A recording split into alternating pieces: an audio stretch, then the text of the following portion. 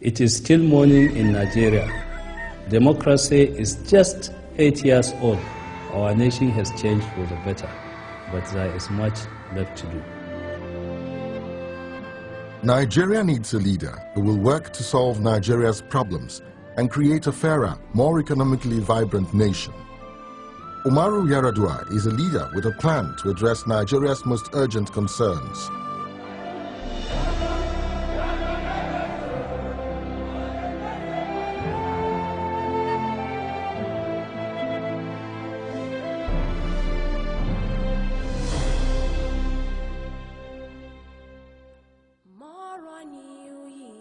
Born into a family with a history of public service, Umaru Yaradua's father, Umaru Musa Yar, was a member of the House of Representatives and served as minister in the First Republic. He brought us up to believe in hard work, honesty, and discipline. And there's also something of the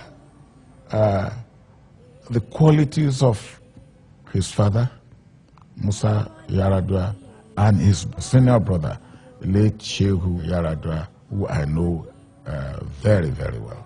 If you like, you may say that they have long tradition of public service, of decency in their family. Yaradua was groomed to provide leadership, nurtured in tradition, but strengthened by his spirit and character. I draw my inspiration from God. Like my late father told me, serving humanity is service to God. The tradition that he is coming from is a tradition that radically changed the way Nigeria has been doing politics, a tradition that has always put people first. Yaradua is at heart a teacher, an academic with an analytical mind. He studied and taught chemistry at the university level for years. He was the greatest teacher that I've ever come across in chemistry. And that, of course, that has culminated into my being a doctor, a medical doctor here. He is a man who studies everything, from the intricacies of particle physics to economic policy. I read a lot. Even though I was a student of chemistry, I was interested in the development of my country, and that means I have to learn something about the economy of nations and the wealth of nations. Yaradua is well versed in economic leadership. There is no greater testament to his capacity to be president than his record of achievement as governor of Katsina State. This is a governor that inherited a state treasury with a negative balance of over 580 million. The state's finances turned out to be worse than we had imagined. He injected a lot of funds in providing medical equipment and instruments. He bought theater equipment. He bought diagnostic facilities like endoscopes. So he's done quite a lot in the health sector. I believe Katsina State is unparalleled to any other state of the Federation. It was a product of organization.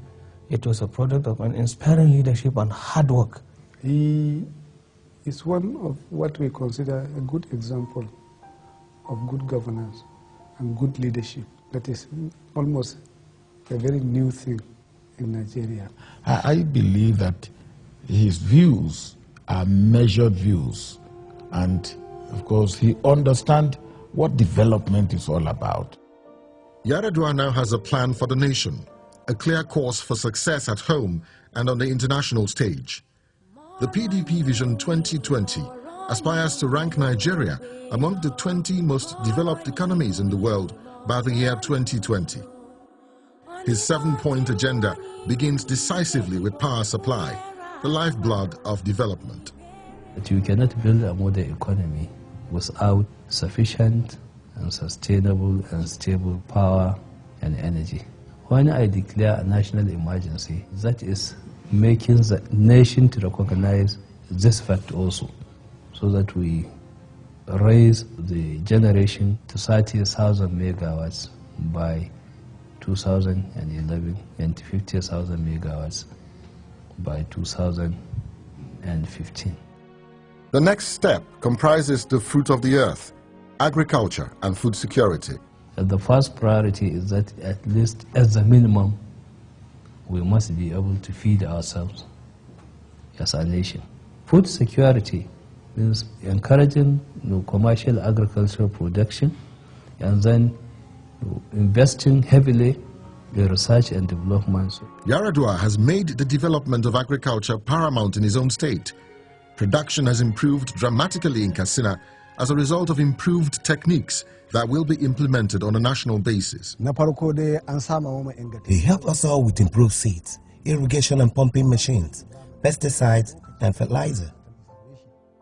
The third step is wealth creation and the vision to make families self-sustaining by putting Nigerians to work. The Nigerian elite has always talked about the national cake.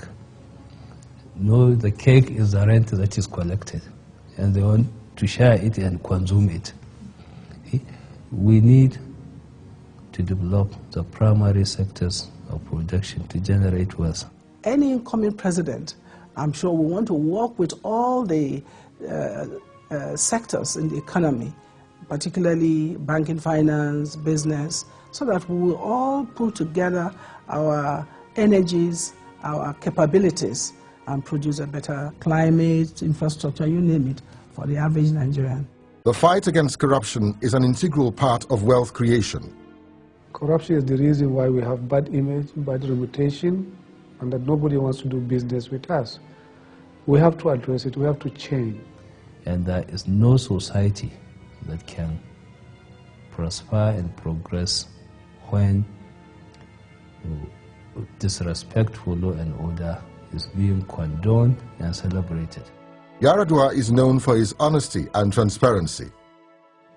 He is the only public officer who, at the time when he was elected, declared his own assets and made it public. In a society like ours, where the government is the major earner and spender of revenue, it takes courage for a political leader to apply resources in the appropriate direction.